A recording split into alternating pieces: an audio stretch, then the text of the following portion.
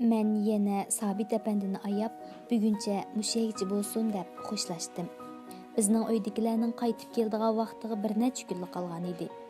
Ayolim kelsa, uni uyga taklif qilsam, bir necha oqshom bizning uyda o'tiramiz deganlarni ko'nglimdan o'tkazdim. Uyga kelibla yeziq sherimning oldiga joylashdim. Shundala Sabit әпәндінің buvisi haqida so'ramag'inimni yodimga oldim. Attangay, bu do'mni unutibdiman. Chunki buvisi haqida gap chiqmag'achqa shundoq bo'ldimikin-a? Bugungi anglag'anlarimni ujur-bujurigacha eslashga tirishib, yezishga kirishdim. Bugungi suhbatda diqqatimni tortgan bir nuqta insoniy dunyoning hech qanday maqsad muddolari aralashmagan, sap holdagi Alloh rizosi uchun jang qilish degan hukm edi. Bu meni o'ylantirib qo'ydi. Ruhiy dunyoyimni qurshab turgan to'saqlar birdilla elinib tashlangandek. O'zimni uningdagi cheksizlikda ko'rgandek bo'ldim. Ruhiy dunyoyim shunchalik keng va poyonsizdek bilingan bo'lsa-mu, lekin ilgari davomli uning eng chet yaqinlarining mushu moddiy dunyodagi moddiga munosabatli tuyg'ular bilan qo'shilib turganligini sezib qolatdim. Mening nazarimda bu koinotning bosh oxiri modda, yana modda. Uning keynida yana modda bor edi. Modda har qancha ko'p bo'lsa-mu, lekin uning cheki bor-da. Men mushu chekdan halqish uchun yo'l qo'ydim. Chunki bu hayotning ma'nosini ashu so'g'aq, inson bilan ruhiy munosabat qurolmaydigan, erishish bilanla tang ahamiyatini yo'qotadigan moddiy narsalar bilan barliq keltirgili bo'lmaydi. Odamning ruhiy dunyosidagi cheksiz talablarni cheklik moddalar qondirib bo'lolmaydiganligini doim his qilib turardim. Moddiy narsalar bilan ruhiy ehtiyojni qondirish birdamlik. Lekin qondirib bo'lgandan keyingi ruhiy echirqash texmi dahshatli. Ruhiy dunyoning cheksiz bo'lgan ehtiyojini zodi nim bilan qondirib, bu inson vujudida echirqab turgan ajdarhoning dam tortishiga bavo kelgil bo'lgandir. Dunyodagi barliq azobning manbasi tugumas erishish havisi. Shunga insonlar davomli erishish vasvasida puchulinadi. Erishgini darhol ma'nosini yo'qotadi-da. U yana boshqa narsaga erishish istiki bilan qalbini to'ldirdi. Bu erishish istiki uni quturtib turdi. Erishalmagan siri bu nishon muqaddaslik qozonadi. Erishgan hamonla qiziq tugaydi. Chunki u erishamagan narsa haqida xiyol qilgan siri uning o'z tasavvuridagi, o'zida kam bo'lgan narsalarni yuklab uni cheksizlashtirdi va muqaddaslashtirdi. Lekin erish bo'lgan hamonla bu narsalar haqidagi ufqum turaqlashadi-da, cheksizlik yo'qoladi. Hamma muqaddaslik cheksiz his qilishdan bo'lg'ashqa, cheksizlik yo'qolgan hamon muqaddaslikni yo'qoladi. U oddiy narsaga aylanib qoladi. Odam uchun o'zi muqaddas bilgan narsaning odatdagi narsa ekanligini his qilishdan ortiqroq tushkunlashtiradigan va hayotdan bezdiradigan azob bo'lmasi kerak. Bu xil azob qup-quruq va behuda bo'lib, barliq umidsizlik va kasal ruhiy holatning manbasidir. Echirqab, huvuldab turgan ruhiy dunyoning cheksizligi bo'lgan ehtiyojini qanday qamdash kerak? Men bu nuqtani bakmi ko'p o'ylanatdim. Bu haqda davomli bosh oxiri yo'q xiyollarga batatdim. Ruhiy dunyoyimning eng yiroq qirg'oqlarini o'rab turgan to'saqlardan chiqib ketish uchun yo'l qo'ydim. Bugun Sabit әпәндінің suhbatidan keyin tuyuqsiz ichimdagi bir xil nurlanishni sezmoqdaman. Ruhiy dunyoyimni qurshab turgan bu dunyoga tava bo'lgan to'saqlar g'oyib bo'layotgandek qiladi. Bularni o'ylab bir xil mislisiz hayajonda yuragim tepchaklaydi. Qilchilik shaxsiy foyda manfaat, nam atta qo'g'lashmasdan faqatla Allohning roziligini qozonish niyati bilan jang qilgandila shahidlik martabasiga o'linish, tirik qolsa g'ozi bo'lish hukmidagi mislisiz qo'zg'atish kuchi qalbimni larziga soldi. Men ashu zamondagi ongsiz xalqning, o'qimagan yigitlarning yo vatan millat hukmini, yo tarixlarda qahramon sifatida yodlanish deganlarni uqmay turib, fidokorlik bilan jang qilganligidagi sirni bilgandek bo'ldim. Ata-bovam e'tiqod qilib kelgan, ammo bizga kelganda hamma narsaning qimmatini modda va qo'saq ehtiyoji bilan o'lchaydigan, ruhiy dunyosida moddiy manfaatdan boshqa narsa mavjud bo'lmagan. İnsaniyet medeniyetiga qarshi yavoyi va qora qo'saq kommunistlarning otizm tarbiyasi bilan xunuklashtirilgan dinimizga qarta ruhimdagi xuddi qondagi irsiyatdek yo'shirin, lekin uzoq mezgil uxlab birdilla qo'saq ochligida uyg'ongan shirdek kuchlik bir qiziqishning bosh ko'tarayotganligini sezdim. Ash kuni men kechicha uyqum kelmay o'ylanib chiqdim. Yiroqdan bir nur vilildab yiqilishyotdi. Bu nur mening insoniyatsiz tarbiyalarda bulg'angan ruhimni poklaydigan, mening vujudimdagi yaratilishimdan ilgirila fitratimda mavjud bo'lgan yoshurun bir nurni parlatib, uni oshkora engimga ilib chiqadigan va o'zi bilan tutashtirib, ichimni cheksiz yo'riqlikqa purkaydigan bir nur edi. Men uchun sirliq bo'lgan bu tilsimning ichida yana qanday esli narsalar borkina?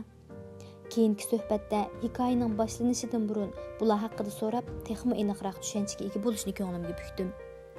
Keyingi qitimda u hikoyasini boshlashdan burun uningga bu talabimni qo'ydim. U shunday tushuntirdi. Alloh rizosi uchun o'lish, amaliyoti biz da'vatgan shahid shu. Shahid bo'lishning eng muhim hul sharti iymon. Kafirlarning har qanday buyuk g'oya uchun o'lganlarini shahid deyishga bo'lmaydi. Shahid arabchadagi shahid bo'lib, shohid, shahodat degan so'zlar o'xshash yiltizdan turilindi. Allohning bir ismi, amaliyotda bir sifati. Shahid. Shahid guvohlikqa erishguchi, guvohlik yoki guvohnoma olg'uchi degan bo'ladi. Bu tilimizda doim ishlatilayotgan shahodatnoma, guvohnoma degan so'z bilan ma'nodosh. Masalan, siz millatlar ittifoqida yaxshi bo'lsangiz, sizga Xitoylar bir shahodatnoma yoki guvohnoma berdi-ku. Bu guvohnoma sizning millatlar ittifoqida namunachi ekanligingizga guvoh bo'ladi. Siz bu namunachiliginiz haqida guvohlikqa erishgan bo'lasiz. Xuddi shundoq, Alloh rizosi uchun qurbon bo'lgan shahid o'zining Alloh rizosi uchun tirishqanligiga jinini guvoh qilguchi, hayotini guvoh qilib turib, Allohga bo'lgan sadoqatini isbot qilguchi deganlikdir. Ammo Allohning rizosini qozonish uzul-kesil xolislikni shart qiladi. Masalan, bir kishi inqilob sepiga qo'shilishda fursatdan foydalanib boylikqa erishishni, amalga erishishni yoki sharaflik nomga erishishni ko'zlagan bo'lsa, bu uning xolis bo'lganligi emas. Bu holda u Allohni rozi qilolmaydi. U bu dunyoda hech tomonsiz holda xos Alloh topshirgan bir farzni ado qilishim shart degan ong bilan jang qilish kerak. Shu holda Alloh rozi bo'ladi. Bir qo'shinda to'plangan kishilarda amal mansab, foyda manfaat tamosi oldingi o'rinda bo'lsa, ularda o'zini qurbon berish ruhi bo'lamdi. Bo'lmaydi. Chunki erishmoqchi bo'lgan amal, boylik, mansab uning hayot qilishini taqozo qiladi. Hayot qolgandila ondan bu orzusining qantini chaqalaydi, huzurini suralaydi. Shundoq emasmi? Bu holda bundaq bir qo'shinning jangovorligi bo'lamdi. Bu to'ptikilar fidokor bo'la olamdi. Hech inqilob adoqi g'oyasiga yetish uchun hech bo'lmaganda bir bo'lik o'zini unutgan holda jang qiladigan fidokorlarga, qurbon berish ruhi urg'ib turadigan xolis mujohidlarga ehtiyoj bo'ladi. Mana bundaq bir ruhni urg'utish, mushundaq bir ruhiy qatlam hosil qilish uchun din tangdoshsiz qudratga ega. Buni kommunistlar doim tashabbus qilib turadigan, qilchimi o'z manfaatini ko'zlamay, boshqalarning manfaatini ko'zlash, xalq uchun o'zini fido qilish, mangu nomsiz qahramon bo'lish degandek tashabbuslariga selishtirg'ili bo'lmaydi. Kommunistlarning chaqiriqlari boshlanishida ma'lum jalbkorlikqa egidek qilsa-mu, kommunistlarning mohiyatida yotgan yolg'onchilik va xalq dushmanligi tufayli chaqiriqlari bilan o'zlarining amaliyati hamisha to'qinish kelishi, yolg'onlarining ko'ti echilib turishi tufayli uning ishondirish kuchi, qo'zg'atish kuchi, safarbarlik kuchi bo'lmaydi. Ammo din mangu xo'rmaydigan ma'naviy xazina bo'lish sifatida inson qalbiga o'z nufuzi bilan besim qilish kuchiga ega. Xo'sh, Alloh rizosi uchun degan bu so'zning yana bir tarafida yotgan gumonliq ba'zi savollarga aniqlama berishning zaruriyati bor. Bu so'zdan qarsa, go'yo Allohning ashundaq fidokorliklarga ehtiyoji bordek gumonga ilib ketishi mumkin. Butun insoniyat kafir bo'lgan va hatto dinga qarshi turgan taqdirdami Allohga qilchi ziyni kelmaydi. Butun dunyodagi inson mo'min musulmon bo'lib, sajdadan beshini olmay yatsimi Allohga bir foydasi yo'q. Shundoq ekan, nemishqa Alloh bundoq bir talabda bo'ladi va bu talab o'rindalsa uningdan xush bo'ladi. Buni Alloh rizosi uchun mol bo'g'izlab, qurbonlik qilishning tarifi orqali tushunishga bo'ladi. Alloh qurbonlik haqida shundoq deydi. Ularning qurbonlikning qonlari va go'shtlari menga yetib kelmaydi.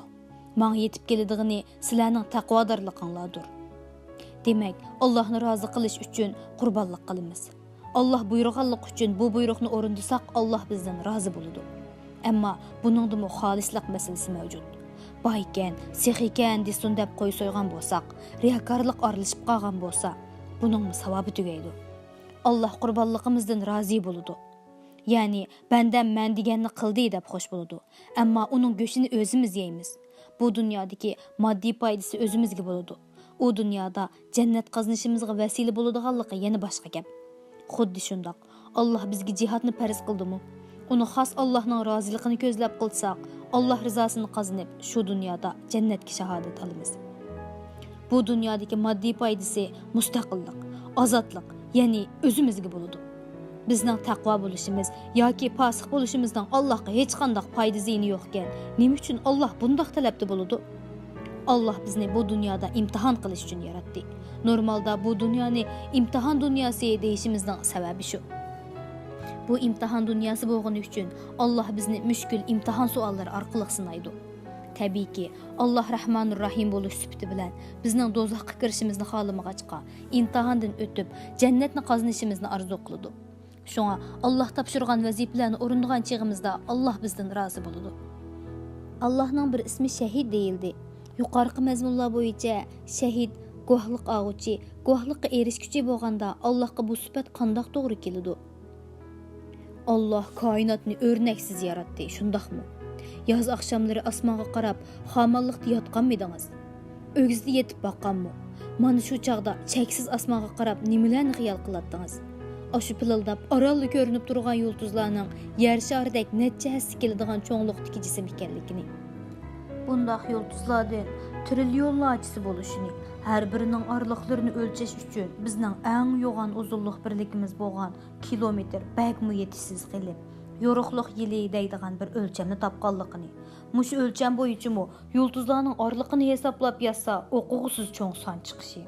Hatta bu cheksizlikni inson aqlining tasavvur qilishimi imkonsizligi qatorliq mushu dahshatlik cho'nglikqa o'zimizni selishtirish emas, biz yashayotgan yer sharini selishtirsakmi? Yer sharining xuddi bir chang zarrachisidanmi kichik qoladiganligi qatorliqlarni tasavvur qilmaganmidingiz? Mana shu olam, mana shu cheksiz koinotni Alloh o'zining qudratiga, buyukligiga, ulug'ligiga guvoh qilyapmamdi. Ashu yaratgan asri orqali guvohlikka erishyapmamdi. Ko'nglimdagi tumanlar tarqab ketgandek bo'ldi. Rozimanlik bilan beshimni lang'ishdim. Ailemdagilar yurtdan qaytib keldi. Bir necha kun mushallakchilikda yurdim. Ayolim bo'lakchilar aldirash edi. Hech tushunmayman. Shaharlarda binodagi uyda qanchalik ish bo'ladi ekan? Yo supuradigan ho'yli qo'ri bo'lmasa, yo qo'ton quruqdash bo'lmasa, o'zlarini jafokash ko'rsatish havasimidir degimmi keladi. Bu orqali suyimlik ayol kuyimlik ana unvon qozonmoqchimidir aytavur, qatlangli bo'lib ketdi. Uning bu shapashlashlari meni shaklsiz bir iskanjaga ilib olganday. Men bu uning izidan paypetak bo'lib yurishga to'g'ri keldi. Qo'lim boshqa ishga bormayli qoldi. Balalarning ta'tili tugab, maktabi boshlanadi. Kichiklarini yangidan maktabga tizimlatish kerak edi. Bu ishlar bilan yugurib yurdim. Ayol xo'jayin kelishi bilanla barliq oila ishlarini uning o'tkazib etib qutulganim uchun non akrishga chiqmaydim. Uyni eg'ilga aylantirib atganligimni tilga olgan edim, ha. Buning tapitanlari haqida deb o'ltirishimning hojati bo'lmasa kerak. Bularning hammasi o'tib ketgandan keyin bir kun atiganda o'zim non akrib beray deb qopdim. Ayolim menga hayronlik bilan qarab ketdi. "Voy, kun qayoqdan chiqdikina bugun? Nimandaq yaxshi balandada bo'lib qoldingiz?" deb kuldi u. Shu yerda birisi bilan tanishib qolgan edim. Uzun bo'lib ketdi, ko'rishamadim. Meni unutib qolmasin. Non akrgach ko'rishib kiray deyman dedim. Ayolimning chiroyidagi yaqinlik kulkisi o'rnini bir sekund ichida urumchi kechko'zining kechqurundek gugum ishg'ol qildi. Ansirab ketmanglar onasi, u bir buvay, dangliq bir shaxs. Keyin hammin deb berman. Bu qitim bu ishda ajoyib ta'lim keldi desammi bo'ladi. Ayolim yanila sinchi ko'zlari bilan qarab qo'ydi. U texi gumoni bilan tushuntirishim orasidagi tanlashda bir qarorga kelolmagandek qiladi. Chiqib ketdim. Sabit apandi doimqidek yana shu o'tinxona oldidagi o'tin ushoqlashda astiga qo'yish uchun ishlatilgachga qiymiyam bo'lib ketgan ko'tak ustida o'tiradi. Yanglarining ichiga qo'llashtirib olgan qo'llarining yangi ichida midirlayotgani bilinadi. Cho'qimki u heliqi mushtakni o'ynayotadi. Salimimiz xili qizg'in bo'ldi. Uning ko'zlaridan bir xil seg'inishni ko'rgandek bo'ldim. Bu hol men uchun bakmo qimmatli edi. Men bu kishini intayin kam so'z deb bilatdim. Amaliyotda uning kam so'zlik ichidagi hissiyotni yo'shirish uchun emaskan. Uning ko'zlaridan uzoq bo'ldi. nanağılı kemmediniz, näge yoqap ketdiniz degan savol chiqib turadi. Bala chaqalarim yurtdan qaytib keldi. Balalarni maktabga joylab degandek ishlar bilan aldirash bo'lib ketdim. Yana bir tarafdan osh tomoq ishlarini ayollarning xizmat doirasi deb bekitib etganligimiz uchun xonim qaytib kelishiga bu ishlarni o'ziga o'tkazib etib qoldim. Bugun men sizni seg'inib, yordamim bilan xonimimni xush qilgach, siz bilan ko'rishib kiray deb chiqdim. Men bir nafasla asosiy izohatni berib tugatdim. Yaxshi bo'pti, dedi u baldurqiga o'xshamaydigan bir xil chiroy ifodasi bilan. Ko'zlaridami bir xil yaqinlik uchqundab turadi. Bugun oqshom vaqtingiz bo'lsa, yaningizda bo'laman. Xudoyim buyursa, dedim.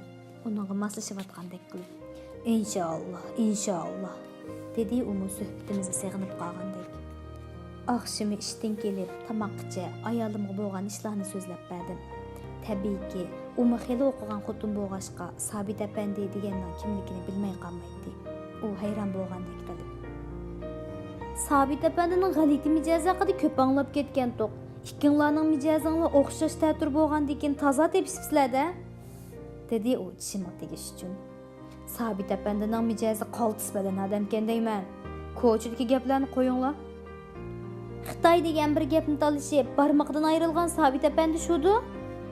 Dal shu. Sizning g'alatilaringizni uningdan qilishmaydi-ku. Idorangizdagi Xitoylar bilan Urumchi vaqtini talishib urushgan siz-ku. Ha bo'pti deb qo'ysil tugaydigan ish-ku. Hamma narsaga bo'pti deb qo'yaverib, bo'g'ay yerimiz mushugu. Ular shundoq kichik ishlarni bo'ysundirish bilan ko'ndirdi. Kichik ishqu deb bir-birlab bo'pti deyaveramiz. Şunun bilan kichik ishlar dövülüşüp, intayin zo'r bir ko'lam bo'lib shakllandi. Gipnozli xunuriga o'xshash.